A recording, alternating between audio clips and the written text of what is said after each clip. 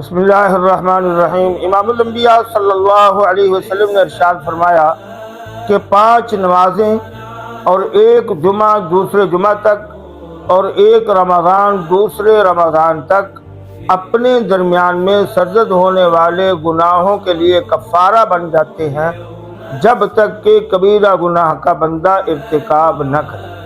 اللہ تعالیٰ جل شانہ نے رمضان مبارک کا مہینہ نصیب فرمایا ہے۔ اس میں انشاءاللہ امید اللہ کی تعالیٰ سے 5 جمعے آ رہے ہیں اور پھر 5 وقت کی روزانہ کی نماز بھی انشاءاللہ بڑی بہت ہی سکون اور بڑے اہتمام سے رمضان مبارک میں الحمدللہ باجماعت پوری ہو جاتی ہیں۔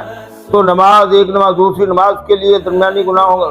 رمضان میں تو الحمدللہ گناہ ہوتے ہی نہیں ہیں ویسے بھی، تو کوشش کیجئے کہ اپنے لیے گناہوں کا کفارہ جو ہے وہ جمع کرتے رہیے۔ صدقہ بھی گناہوں کا کفارہ، نماز گناہوں کا کفارہ، جمعہ گناہوں کا کفارہ، رمضان کا روزہ گناہوں کا کفارہ۔